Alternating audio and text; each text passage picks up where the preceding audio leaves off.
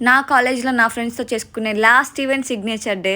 ఈ కాలేజ్ నాకేమన్నా ఇచ్చింది అంటే డైమండ్స్ లాంటి ఫ్రెండ్స్‌ని ఇచ్చింది. వాళ్ళతో ఉన్న మెమరీస్, వాళ్ళతో బంక్ కొట్టి తిరిగిన ప్లేసెస్, రెస్టారెంట్స్ ఇవన్నీ నాకు గుర్తొస్తాయి. సో, చాలా అంటే చాలా మెమరీస్ క్రియేట్ చేసుకున్నా. సడెన్‌గా ఒక్కసారి సిగ్నేచర్ డే రోజు వాళ్ళు నా గురించి రాస్తున్నప్పుడు నేను చాలా అంటే చాలా బాధపడ్డా. రేపటి నుంచి వాళ్ళని చూడలేను, వాళ్ళతో మాట్లాడలేను అన్న తలుచుకున్న ప్రతిసారి ఎమోషనల్ అవుతూ ఉంటా.